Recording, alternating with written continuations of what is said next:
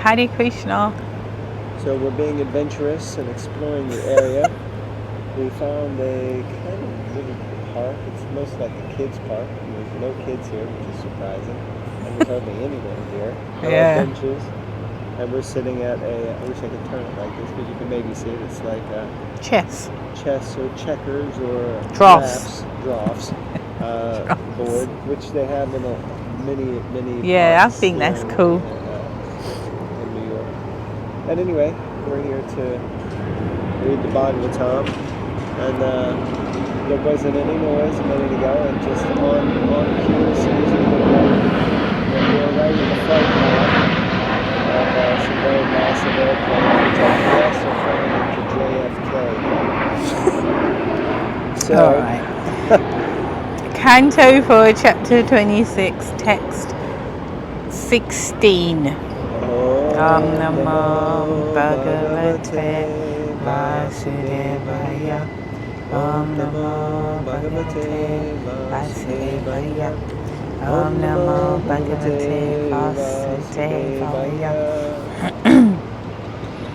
Kindly let me know the whereabouts of that beautiful woman who always saves me when I'm drowning in the ocean of danger by giving me good intelligence at every step. She always saves me. Purport. There is no difference between a good wife and good intelligence.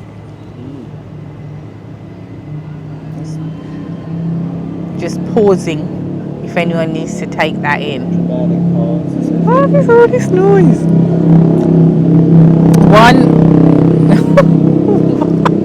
One who possesses good intelligence can deliberate properly. So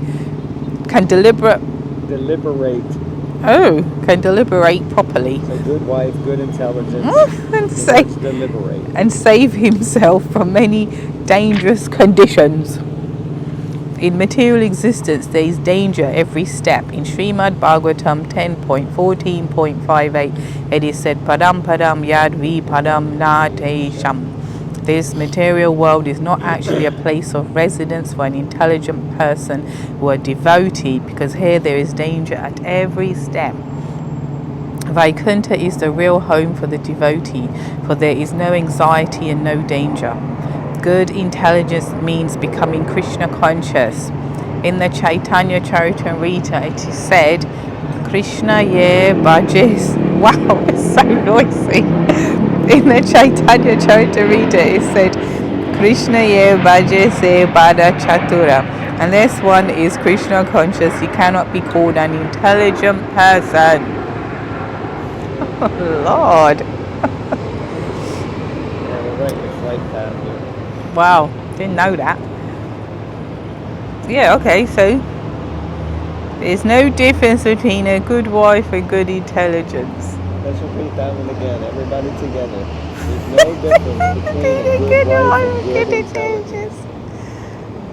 That's all I've got to say. Alright, next paragraph.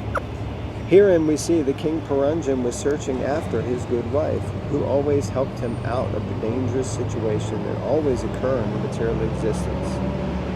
As already explained, a real wife is Dharma Patni. That is, a woman accepted in marriage by ritualistic ceremony is called Dharma Patni. We always heard Dham Patni, but probably the same thing, which signifies that she is accepted in terms of religious principles. Children born of a Dharma Patni inherit the property of the father. The children born of a woman who is not properly married do not inherit the father's property. Interesting. The word Dharma Patni also refers to a chaste wife. A chaste wife is one who never had any connection with men before her marriage. Once a woman is given the freedom to mingle with all kinds of men in her youth, it is very difficult for her to keep chaste. When butter is brought into the proximity of fire, it melts. The woman is like fire and the man is like butter. But if one gets a chaste wife, accepted through a religious marriage ritual, she can be of great help when one is threatened by the many dangerous situations of life. Actually, such a wife can become the source of all good intelligence. With such a good wife, the family's engagement in the devotional service of the Lord actually makes a home, a grihastha ashram, a household dedicated to spiritual cultivation. Wow, what a purport. That's amazing. And Prabhupada explaining things so nicely. And then, of course, controversially, considering the state of the modern age, it's like in the modern day, probably finding a woman who hasn't had some connection with men beforehand is nigh on impossible. And Prabhupada making the point that a woman is like fire and a man is like butter. And Prabhupada often referring to the fact that this reminds me of when we lived in Delaware Edge. Out near the manor. You would think out in the countryside there'd be no noise, but right in the flight path. He's bought his music system now. Yeah, I did. It's Actually, like wherever we go. So anyway, the point being that Prabhupada actually here very much glorifying the potency and power of a chaste woman, of a good wife, and comparing her to good intelligence, and how it's actually, as we repeated earlier, required for real success in family life. Prabhupada at the end saying, with such a good wife, the family's engagement in devotional service of the Lord actually makes a home of good house to Ashram. And dear Lord Sri Hari, what was a peaceful, quiet scene has now become more than that. So, okay, should we read the next one? Okay. Text 17. All the women address the king. O master of the citizens, we do not know why your dear wife has taken on this sort of existence. O killer of enemies, kindly look. She's lying on the ground without bedding. We cannot understand why she's acting this way. Purport. When a person is devoid of devotional service or Vishnu Bhakti, he takes to many sinful activities. King Paranjan left home, neglected his own wife, and engaged in killing animals. This is the possession of all materialistic men. They do not care for a married chaste wife. They take the wife only as an instrument for sense enjoyment, not as a means for devotional service. To have unrestricted sex life, the karmis work very hard. They have concluded that the best course is to have sex with any woman and simply pay the price for her as though she were a mercantile commodity. Thus they engage their energy in working very hard for such material acquisitions. Such materialistic persons have lost their good intelligence. They must search out their intelligence within the heart. A person who does not have a chaste wife accepted by religious principles always has a bewildered intelligence.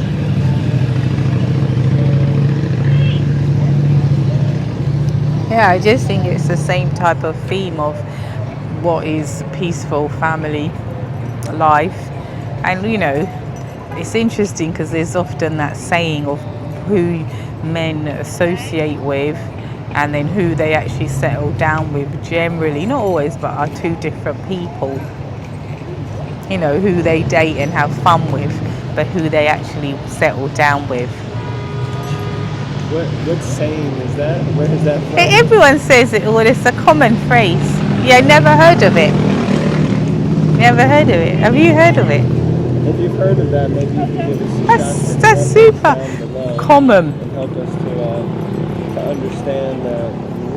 I mean, I kind of get the point, but I don't know that it's actually so true, and I also don't think that it's necessarily so common. But yeah. Yeah, it's common and true. Okay. So, yeah. All right. So if you know the clothes, you can write it down. Okay, the wife of King Paranjam is lying on the ground because he was neglected by her husband. Actually, the woman must always be protected by her husband.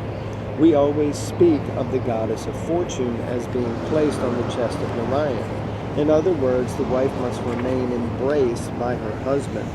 Thus, she becomes beloved and well protected. Just as one saves his money and places it under his own personal protection, one should similarly protect his wife by his own personal supervision. Just as intelligence is always within the heart, so a beloved chaste wife should always have her place on the chest of a good husband. This is the proper relationship between husband and wife. A wife is therefore called Ardangani.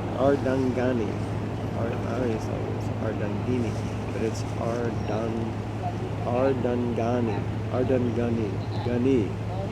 Ardangani, that's it, Ardangani. Yes, thank you. Ardangani, or half of the body. One cannot remain with only one leg, one hand, or only one side of the body. One must have two sides. Similarly, according to nature's way, husband and wife should live together. In the lower species of life, among birds and animals, it is seen that by nature's arrangement, the husband and wife live together. It is similarly ideal in human life for the husband and wife to live together. The home should be a place for devotional service, and the wife should be chaste and accepted by a ritualistic ceremony. In this way, one can become happy at home. This is very, again, really wonderful purport. Prabhupada kind of here, which extolling the glories of actual grihastha ashram and how men and women should live together and conduct themselves. I was just remembering, because Prabhupada states it again here, that accepted by ritualistic ceremony. So Prabhupada's explanation of Dharma Patni is, which you said earlier, is that the wife is accepted according to religious rites, according to the proper, vivaha samskara, the proper religious rites. Not that one is a dharma patni if she's basically not, accepted in that way. Which I haven't heard that before, and even I've read the Bhagavatam a couple times. This is just standing out to me. Maybe it's because since then I've started doing lots of weddings and things like that, and using that term, often I've understood that she is a dharma patni, that she is the protector of the husband's dharma, which I think also still stands true, and Prabhupada mentioned. But here he's really shed new light on this term dharma patni or dharma patni, that she is accepted according to the rites of dharma, so like that. And then, of course, if you have husband and wife together in that case, then it becomes very powerful. At the moment, I'm listening to your Ever Well-Wisher audiobook, and just reminded how Srila Prabhupada's grihastha disciples, because Prabhupada has just gone to San Francisco, and he's just walking in. He's entered into the Avalon Ballroom for the Mantra Rock concert. But all this has been done by so many kind of, they're probably not actually, they're not grihasthas at that point, but by disciples, and also how those grihastha disciples then went to London, and how it was by their mercy really that so many things opened up. So a good grihastha couple, we also saw this, can actually outreach and preach to so many people that actually sannyasis, brahmacharis can't really do. So there's huge scope for the couples to really be progressive in their spiritual lives and help others. Okay, I think maybe we call it a day if you're okay with that. Yes, I am. Thank you very much, everyone, for watching. Thank you, everyone. Hare Krishna. Srimad Bhagavatam ki jai.